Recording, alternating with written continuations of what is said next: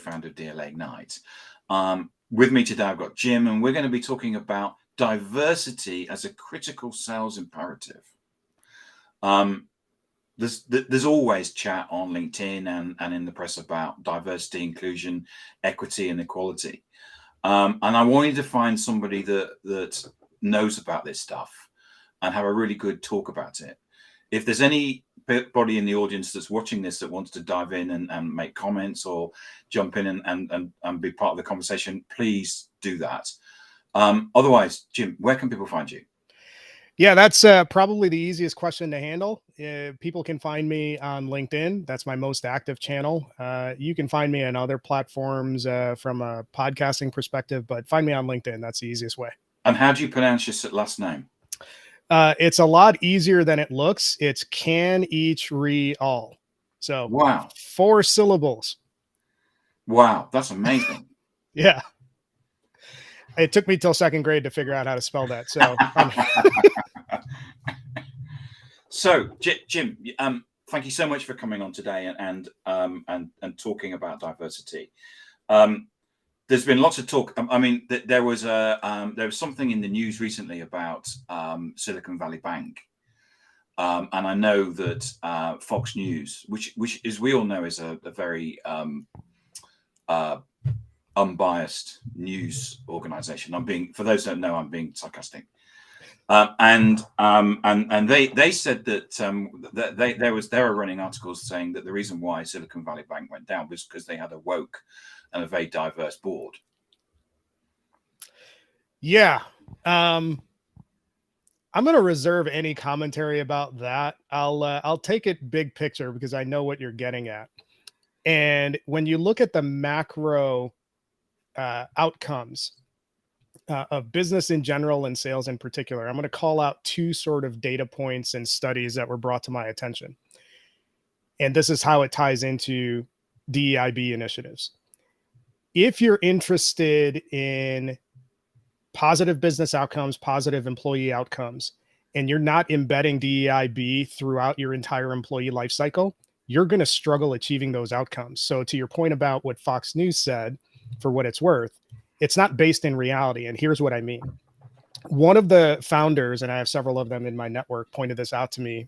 When you look at the last 10 years of data at the Standard & Poor's 500, the S&P 500, there's roughly 41 women that have led organizations on the S&P 500. And then, everybody else is led by males. So when you look at the organizational performances of the companies listed on that index, the female-led organizations, and we're just talking about gender diversity, the female-led organizations have outperformed the male-led organizations. So that's interesting. There's a real-life data point. The other data point that I'll bring in from a macro perspective, and in the S&P study was actually pointed out to me by Shireen Mikahin, who is the founder of Upful.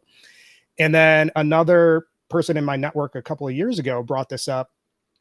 Carrie Ann Januszewski Simpson, who is one of the heads of sales at Sartorius, she pointed to a study by Exactly, and this was specific to sales. And they looked at 500 sales organizations and looked at those that were led by women and those that were led by men. Again, a gender diversity set of data points. And the women-led sales organizations outperformed the male-led sales organizations by almost 10%. And the reason why I call these out is that if you look at any leader of an organization or any investor in an organization and you come with them with this question, if I could show you a way to increase your performance by almost 10% and you only had to do one thing, would you be interested in putting that into place? Of course. Yeah. And then when you tell them what it is, the irony is in how little traction, just from a gender perspective, you get in the world of work. And we're not getting into some of the broader elements of DEIB, and we certainly can. There's tons of social science research that points to business outcomes being improved based on the diversity of your overall organization at all levels. And I'm making a specific point in saying all levels because we know how some of that is handled in the world of work. I had to choke not to stop laughing. Danny basically made the comment, taking diversity advice from Fox News is like talking tree climbing advice from a fish. Danny's awesome. And I'm a huge fan of him. He and I are connected on LinkedIn, so he's definitely worth checking out and connecting with. I love that. It made me laugh. So what you're saying is that that there are certain data points that say that we need to have a diverse workforce. But what does diversity, inclusion, equity, and equality mean to you? Because it means different things to different people, doesn't it? Because it go back 5-10 years, it meant that you employed a woman or something like that. Now it's far broader and it's far deeper, isn't it? Yeah, and we could have a discussion about whether that's the right direction or not, in terms of it being broader, because there are some underlying considerations that we have to take into account. But essentially, when you bring up diversity, and this is the lens that Fox News comes at, anytime that you bring up the topic of diversity, they use the word woke as a dog whistle to point at one particular thing, and that's a racial connotation for what diversity means. And for those, and I'm not an expert in this space, there are practitioners that I can connect you to who are much more versed in this topic. I'm more of a megaphone that amplifies those voices, but Yes. I'm in the space too. So when you talk to people who aren't informed about these issues from a talent strategy perspective, they break it down into race and gender. And that leaves out so many other aspects of diversity that need to be considered when you're working on your organizational strategy and when you're thinking about your sales strategy and how you build an organization and also how you serve your customer base. And all of that is missed. We're missing issues from a neurodiversity perspective. We're missing issues from an accessibility perspective. We're missing issues from a gender identity perspective. We're missing issues from a sexual orientation perspective. All of those things are important because the more diverse your perspectives are within your organization, the more points of view that you have that are outside the realm of your culture fit, the better off you're going to be. Because culture fit is often used as coded language to, we want the same sort of profile in our organization. Visibly, they can be whatever, but in terms of how you approach problems, your socioeconomic background, all of that sort of stuff boils down to how culture fit tends to kind of isolate and exclude people. So it's a dangerous sort of area to start talking about. Instead, you need to be thinking about how are you leveraging the total candidate pool and making your organization attractive to the total candidate pool that exists that in the world of sales. Because many years ago, I went for a job at KPMG, one of the big four organizations. And I was the only person in the country that could do the job, but I don't have a degree. And they particularly want someone with a 2-1. So I didn't get further than the first interview, and they actually employed somebody who couldn't do the job, but they had a 2-1. Yeah. And they failed and closed the group down. And so college degrees. So I'm going to say what I'm going to say, and I'm going to say it from the perspective of somebody who has a terminal degree. So my doctoral research or my doctoral study is in organizational leadership, and my research was in employee retention and turnover. And I have a terminal degree, and I think by and large, my opinion is that a college degree, at least in the US context, and especially in a sales context, is useless because it does not predict your capability or your ability to succeed in a sales context. And you're incurring a ton of debt for really no applicable benefit to your customer base. So and here's the bigger issue. When we are requiring college degrees for any position, there's an implicit statement that we're making, because the people that can afford to invest at that level of education are generally from a higher socioeconomic status. So you're automatically excluding a number of people from your candidate pool just by requiring a college degree. And here's the thing: in the sales context, I volunteer for Strively. I also am one of the trainers for Trainyo. The missions of both of those organizations is related in that they're helping people from underrepresented communities, and however you define that, break into the world of B2B sales. So these are people with grit, hustle, ingenuity, innovative approaches, and you're automatically excluding them from consideration because you want an expensive piece of paper that signals what to you from an outcomes perspective. So let me just pick up on some of these comments. This is Danny, who is I'm now a fan of. If you're only listening to a small type of voices, we are at best missing out on the best weapon against groupthink, and at worst being overly discriminatory. I totally agree with that. I've worked in organizations where groupthink was it was killing us. Yep. And a new person that I'm now a big fan of is Kareem. In America, as a mixed Middle East and Hispanic person, I find it very difficult to accurately represent myself. None apply because MENA, Middle East and North Africa in America, is considered white. We are, I believe, the only Western country that does that. And he also goes on to comment and say 100% many of the best reps have no college degrees.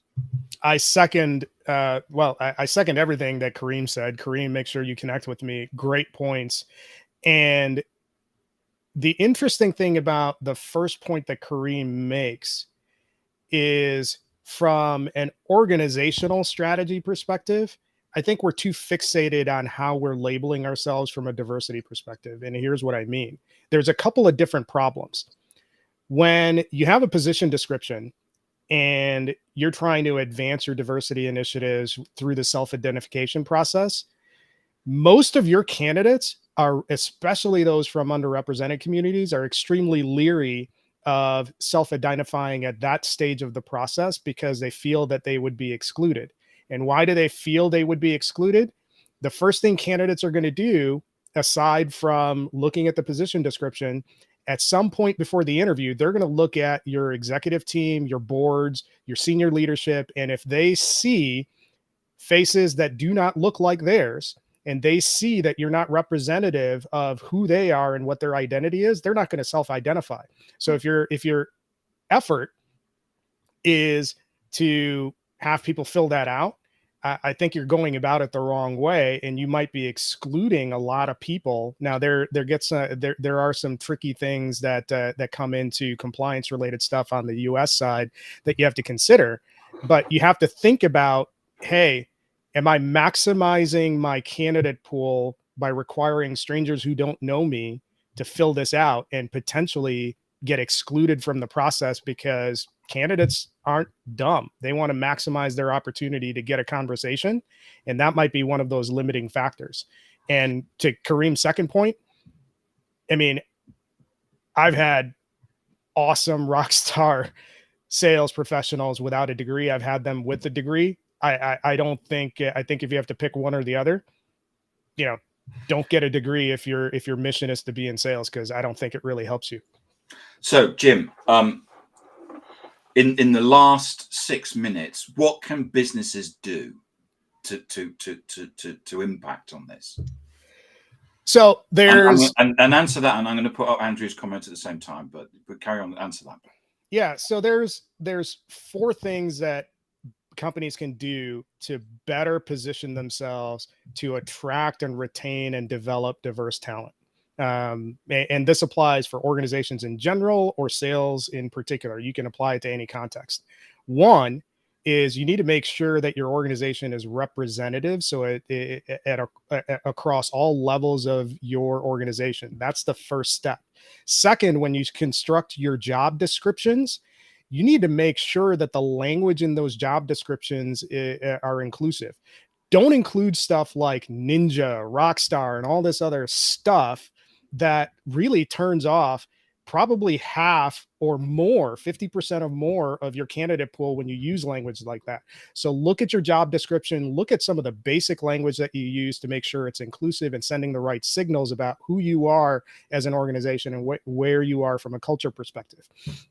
When you have your details in the job description, don't have a laundry list of the 50 different roles that you're trying to fill in one position description. Please don't do that. Focus on what is the outcome that you're trying to deliver. And here's why that's important.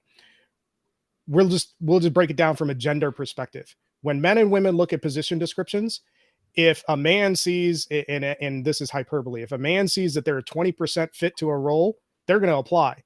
Yeah. Generally speaking, if a woman is looking at that same position and they don't see themselves at an 80% or higher fit, they're not going to apply. So get away from the laundry list and look at the job to be done perspective, look at the outcome perspective, and then you're going to increase your candidate pool. You need to be disciplined and intentional about the communities that you're engaging with. If you're just posting on LinkedIn your positions or Indeed your positions, those are only attracting the 20% of the candidate landscape that's actively looking and are on socials. So that's not going to serve you from a diversity perspective because there's a socioeconomic component to it as well. So you should be looking at where do my customers sit? Where do they hang out? Where are the places that these communities are, these people go to hang out, and what's my outreach to those communities to help build my talent funnel and my talent universe. So, and fourth, you need to look at it from a talent lifecycle perspective. If you care about diversity across the organization, you need to start with your own people first. And here's what I mean. How are we as an organization setting up our internal infrastructure to help develop, retain, upskill, and reskill the existing talent that we have into the roles that we need, instead of just reflexively going into talent attraction mode? Let me find more people, because you have gold within your organizations, and actually you're probably better off developing your talent than looking for constantly new talent when your infrastructure doesn't exist, infrastructure isn't there to support it. Thank you for attending my TED Talk. Did I make it in 6 minutes? Yes, and I wouldn't disagree with any of that. I'm desperately trying to find. I had the diversity, or the ex-diversity officer of Microsoft on here, and I'm desperately trying to find her name. So sorry, I'm going to have to apologize. I can't find her name. And she said that one of the things that she did, she went to the CEO of Microsoft and said, we have to stop paying people to bringing in candidates. And it was like, oh, we need to do that, because it's all about it's all about speed. We suddenly realize we need to get somebody in. So the best people to bring in are our friends of our friends. And speed to hire is the term. Yeah. Whereas what she was saying is, all you're doing is that you're getting the white people to bring in more white people who look like all the other white people. Yep.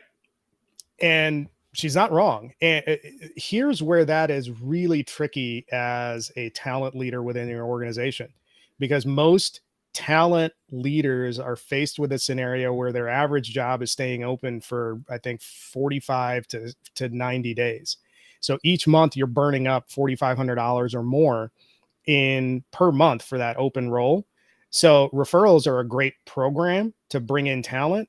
You have to have mechanisms in place where you're controlling for the same sort of mono culture that you're bringing in through that referral program. So it can be a piece of the equation, but if you're relying solely on referrals as a main engine to fill your talent funnel, you're going to run into the same problem that you just described, Tim. So it's a great point. In terms of summary, because we're at 1945, we need to basically broaden our talent pool. We need to change our job descriptions. So here are the 4 things that organizations need to do. at an enterprise level, make sure you're embedding DEIB across all levels of the organization. Position your job descriptions so that they are communicating in the right language and also communicating on a jobs to be done perspective. Make sure that you're using intentional outreach to communities that aren't on socials, because you want to guard against narrowing your culture focus. So those are, and look at your entire talent lifecycle. Focus on developing the people that you have as a critical piece of your diversity initiative, because there are people that can pick up what you need picked up, that can be upskilled or reskilled into new positions, and that's often ignored. Jim, thank you so much for coming on and talking to us about this. Do you know, the best ones always go really fast. Yeah, this was a sprint. It's tough for me to be short form, and you already know that.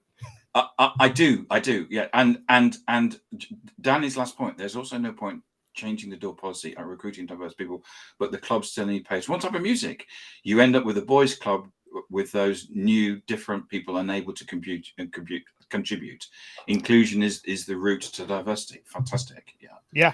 I remember in 2019 going to San Francisco and going for a meeting, and there was a bar in the office. And it was like, you know, when you think, well, why would you have a bar in an office? So, full disclosure, there was a point in my career where I thought that would be really cool. But then it leads to a tech bro sort of culture that is not really cool, not really inclusive to anybody else other than people that are into that stuff. So, I'll leave that for whatever it's worth. But well, I kind of asked the question, and the person that we had the meeting with couldn't really answer it, and it was you know, you must have some sort of like tech bro like culture here, because anyway, Jim, yeah. Thank you so much for coming on, and thank you, Andrew, Danny, and Karim for the discussion and the comments. Jim, where can people find you? Easiest place to find me is on LinkedIn. There are some other channels, but happy to connect if you want to have a shop talk about talent strategy in general, DEIB, sales, whatever. I have thoughts. You do, and I love the fact that you one of the parts on your summary description on your LinkedIn profile is that you are a megaphone. I sure am. Yep, I'm a professional megaphone. How do we pronounce your second name again? Kanichirayil. Fantastic. Jim, thank you so much for coming on today, and I really appreciate it. Thanks for having me.